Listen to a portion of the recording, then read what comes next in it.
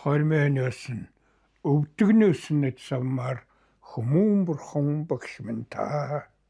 Хонхон дуунаар ангид дургадаг өглөөний наран багш минь та. Хоёр хүүгнээс нь 100 утга засардаг гүн ухаан багш минь та. Хойштын төлөө ирээдүйгээс ирсэн номон элчин багш минь та. За таньхуу хэмээх танин мэдхүй одоо нэвтрүүлгийнхаа хамгийн анхны дугаараар одоо Монголын ардын уран зохиолч, соёлын гавьяат зүтгэлтэн, болорт цамын эзэн, Улмын Баатар эрхэм одоо хүн Тангадын галсан гуайтай багш хэмээх сэдвээр өнөөдөр ярилцгаж байна.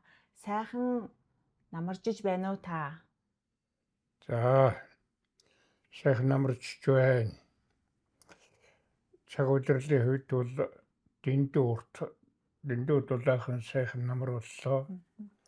Улс төрийн хувьд бол их шуургатай, шамрахтай хөтөн намар болж байна.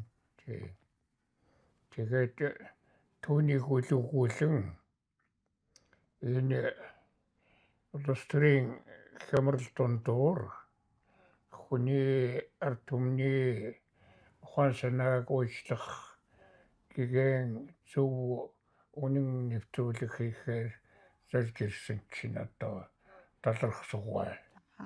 Ягаад вэ гэхээр чивэл энэ жил улсын наадамд төрүүлж Монголын ард түмнийг хонгор нутгийнхныг тэгтэн жинс техник их баярлуулсан.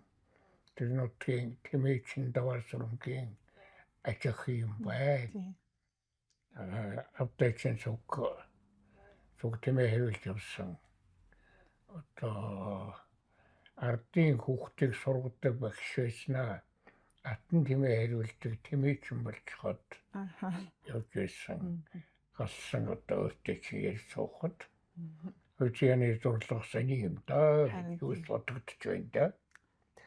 Ер нь аль мэдээж энэ одоо ертөнцид маш их мэдээлэл байна. Сошиал танин мэдхүй хөгжөөд ирэхээр одоо мэдээлэл донд л бид амьдарч байна л да.